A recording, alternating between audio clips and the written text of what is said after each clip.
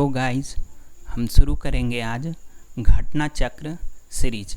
इसमें हम करेंगे इंडियन पॉलिटी एंड गवर्नेंस का पूरा चैप्टर। तो इसमें जो हमारा है इंडियन पॉलिटी एंड गवर्नेंस में पहला चैप्टर जो हमारा दिया हुआ है the constitutional development of India.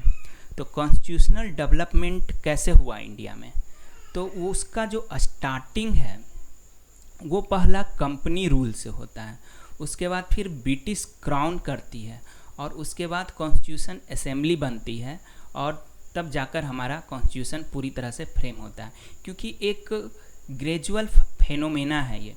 तो आज स्टार्ट करते हैं।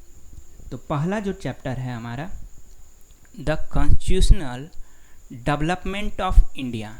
तो कॉन्स्टिट्यूशनल डेवलपमेंट ऑफ इंडिया है, इसको दो पार्ट में बांटा गया है स्टार्टिंग में। एक तो जब British east India company rule कर रही थी और दूसरी जब ब्रिटिश क्राउन रूल कर रहा था।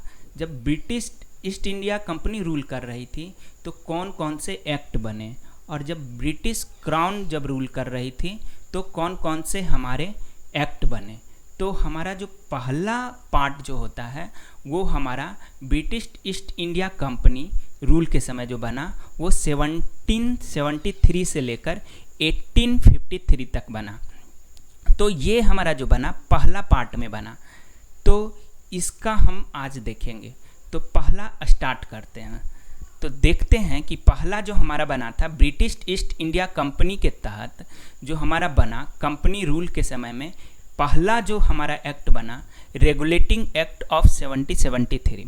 तो रेगुलेटिंग एक्ट ऑफ 1773 में क्या हुआ हमारा, इसमें हमारा हुआ elevated the governor of Bengal Warren Hasting to governor general of Bengal. इसमें जो हमारे उस समय के गवर्नर ऑफ बंगाल जो थे वारेन हेस्टिंग, उनको गवर्नर जनरल ऑफ बंगाल बना दिया गया। पहला तो ये किया गया कि उनको गवर्नर ऑफ बंगाल से गवर्नर जनरल ऑफ बंगाल बना दिया, किनको, वारेन हेस्टिंग को। उसके बाद दूसरा क्या किया गया कि and subsumed the presidency of Madras and Bombay under Bengal control. इसमें क्या किया गया कि जो प्रेसिडेंसी थी हमारी मद्रास और बॉम्बे प्रेसिडेंसी थी उसको बंगाल के कंट्रोल में ले आया गया। तो दूसरा चीज़ ये चीज़ किया गया रेगुलेटिंग एक्ट ऑफ 1773 के तहत। और इसमें क्या किया गया, गवर्नर जनरल के साथ एक एग्जीक्यूटिव काउंसिल बनाई गई। एक क्या बनाया गया, एग्जीक्यूटिव काउंसिल हमारा बनाया गया, जिसमें हमारे 4 मेंबर थे। और ये जो गवर्नर जनरल को ये जो काउंसिल प्रोवाइड किया गया था, गवर्नर जनरल काउंसिल, जिसमें 4 मेंबर थे, वो मिलिट्री एंड नॉन मिलिट्री जो मैटर होगा उसको डिस्कस करेंगे और उस पर मेजोरिटी के बेसिस पर जो है निर्णय लेंगे, डिसीजन करेंगे। और इसमें जो गवर्नर जनरल को जो पावर दिया गया, जब टाई हो जाए उस केस में वो वीटो कर सकते हैं। तो इस तरह से रेगुलेटिंग एक्ट ऑफ 1773 में किया गया, रेगुलेटिंग एक्ट ऑफ 1773 के द्वारा किया गया। और इसमें फिर से एक प्रोविज़न किया गया कि a supreme court which has a chief justice and 3 other जजेज was establish at Fort William in Kolkata in year 1774 by this act. इसमें क्या किया गया कि एक सुप्रीम कोर्ट बनाया गया, कहाँ, फोर्ट विलियम में, कोलकाता के फोर्ट विलियम में बनाया गया। कब, 1774 में। और इसमें एक चीफ जस्टिस बनाए गए और इसके अंदर और 3 अदर जजेज भी थे। तो ये चीज़ किया गया हमारा रेगुलेटिंग एक्ट ऑफ 1773 के तहत। इतना चीज़ हो गया। उसके बाद इसमें एक चीज़ और किया गया कि this act prohibit the servant of the company from engaging in private trade और accepting gift and bribe from the Indians. इसमें कंपनी जो है, वो जो कंपनी के जो सर्वेंट थे वो इंडल्ज थे, प्राइवेट ट्रेड करते थे अपना, कंपनी के ट्रेड से अलग, उसके बाद गिफ्ट भी लेते थे इंडियन से और ब्राइब भी लेते थे। तो इस चीज़ को वहाँ पर प्रोहिबिट किया गया ये रेगुलेटिंग एक्ट ऑफ 1773 के द्वारा। उसके बाद इसमें क्या किया गया कि नेक्स्ट प्रोविज़न जो किया गया, British government strengthen the control over the company through the court of director. Court of director के द्वारा क्या किया गया, ब्रिटिश गवर्नमेंट कंट्रोल करती है कंपनी पर और वो बोलती है कि रिपोर्ट देने के लिए कोर्ट ऑफ डायरेक्टर को कि आप रिवेन्यू, सिविल एंड मिलिट्री जितने भी मैटर हैं उसको आप हमको इन्फॉर्म कीजिए। तो ये इसके द्वारा ये कंट्रोल किया गया, कंपनी पर कंट्रोल किया गया ब्रिटिश गवर्नमेंट द्वारा।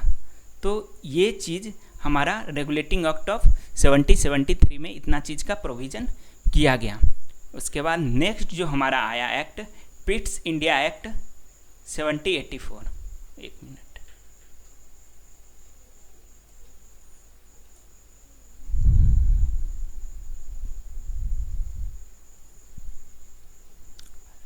तो कोर्ट ऑफ डायरेक्टर के थ्रू कंट्रोल कर ली थी स्ट्रेंथन की कंट्रोल करने के लिए ब्रिटिश गवर्नमेंट, तो वो 73 में जो था। उसके बाद हमारा पिट्स इंडिया एक्ट 1784। तो पिट्स इंडिया एक्ट 1774 में क्या किया गया, इस समय जो है ना हमारा कंपनी पर और कंट्रोल किया जाता है। इस समय क्या किया जाता है, distinguished between the commercial and political function of the company. इस समय कंपनी का जो कॉमर्शियल और पॉलिटिकल फंक्शन था इसको अलग कर दिया गया। इसके लिए क्या किया गया कि बोर्ड ऑफ कंट्रोल बनाया गया। बोर्ड ऑफ कंट्रोल जो हमारा था ये इसको कहा गया कि आप पॉलिटिकल मैटर जितना भी है उसको आप देखिए, board of control political matter देखे, और कोर्ट ऑफ डायरेक्टर को छोड़ दिया गया कि आप जो है कॉमर्शियल मैटर अफेयर जितना भी है उसको आप देखिए।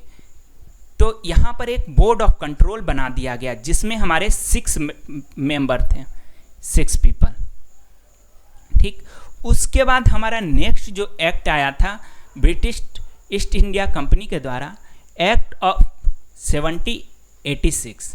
एक्ट ऑफ 1786 में क्या किया गया, provided that governor general could over rule his council in matter of importance affecting the safety, peace और interest of the empire in India।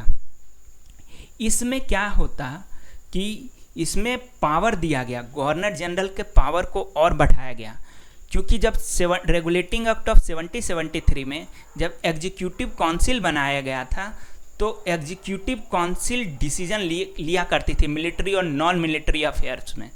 तो उस समय इसमें दिया गया कि गवर्नर जनरल क्या कर सकते हैं, अगर सेफ्टी का मामला हो, पीस का मामला हो और interest of the empire in India के इंटरेस्ट में अगर इससे रिलेटेड कोई भी मैटर हो तो उस केस में गवर्नर जनरल जो एग्जीक्यूटिव काउंसिल थी उसके डिसीजन को ओवर रूल कर सकते हैं, यानी वो उसके ऊपर अपना रूल बना सकते हैं और जो गवर्नर जनरल डिसाइड करेंगे वही होगा। तो इस चीज़ को किया गया। फिर इसमें governor general was granted the power of commander in chief. Governor general को क्या किया गया, कमांडर एंड चीफ का पावर दे दिया गया। पहले कमांडर एंड चीफ जो था वो इंडिविजुअल के पास था, लेकिन ये भी कमांडर एंड इन चीफ का जो भी पावर था ये भी हमारा गवर्नर जनरल को दे दिया गया। और Lord Cornwallis was the first governor general to enjoy this power, यानी जो लॉर्ड कॉर्नवालिस थे उनको पहले ऐसे व्यक्ति थे, ऐसे पर्सन थे जिनको ये पावर दिया गया। ठीक, Lord Cornwallis was the first governor general to enjoy this power.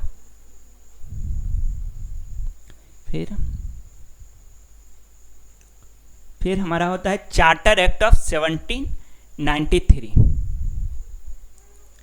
1793 में क्या किया गया, जो कंपनी का मोनोपोली था, कॉमर्शियल मोनोपोली था इंडिया में जितना भी ट्रेड पे, इस चीज़ को अनदर 20 ईयर के लिए और एक्सटेंड कर दिया गया। ये हमारा चार्टर एक्ट ऑफ 1793, यानी कंपनी को 20 साल के लिए और मोनोपोली दिया गया ट्रेड में। फिर चार्टर एक्ट ऑफ 1830 आया। चार्टर एक्ट ऑफ 1813 में क्या हुआ? For the first time made provision of, charter act of 1830 में first time make provision of 1 lakh rupees per year to be spend on the education of the Indian के education पर year 1 lakh रुपये खर्च किया जाएगा। इसमें क्या किया गया? It ended the company monopoly over the trade, although the monopoly over trade of tea and trade with China continue. इसमें हमारा जो कंपनी का जो मोनोपोली है टी और ट्रेड विथ चाइना को छोड़कर कंपनी का बाकी जितने भी मोनोपोली हैं उसको ख़त्म कर दिया गया, और जितने भी दूसरे रूट में सिर्फ टी और चाइना के साथ जो ट्रेड था हमारा, उस चीज़ को कंटिन्यू रखा गया, बाकी मोनोपोली कंपनी का ख़त्म कर दिया गया चार्टर एक्ट ऑफ 1813 के द्वारा। अब नया चार्टर एक्ट आता है।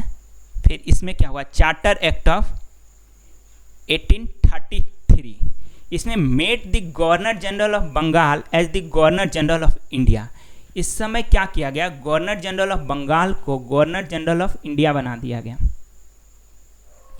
And vested in him all civil and military power, और उनको जितना भी सिविल और मिलिट्री पावर था वो सारा इनको दे दिया गया गवर्नर जनरल ऑफ इंडिया को।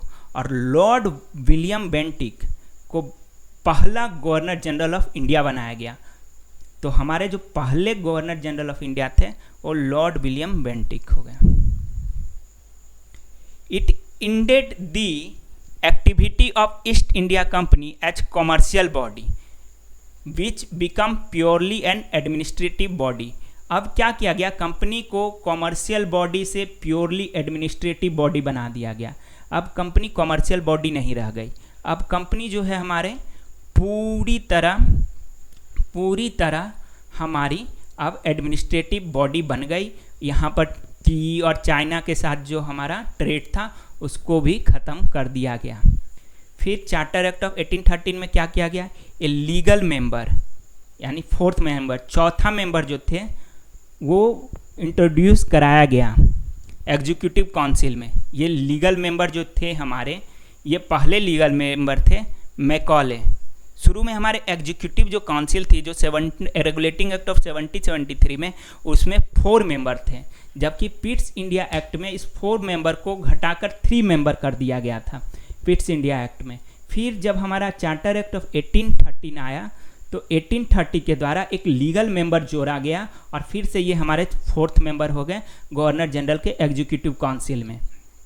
तो चार्टर एक्ट ऑफ 1833 में हमारा एक लीगल मेंबर जो कि मैकॉले फर्स्ट लीगल मेंबर थे उनको ऐड किया गया।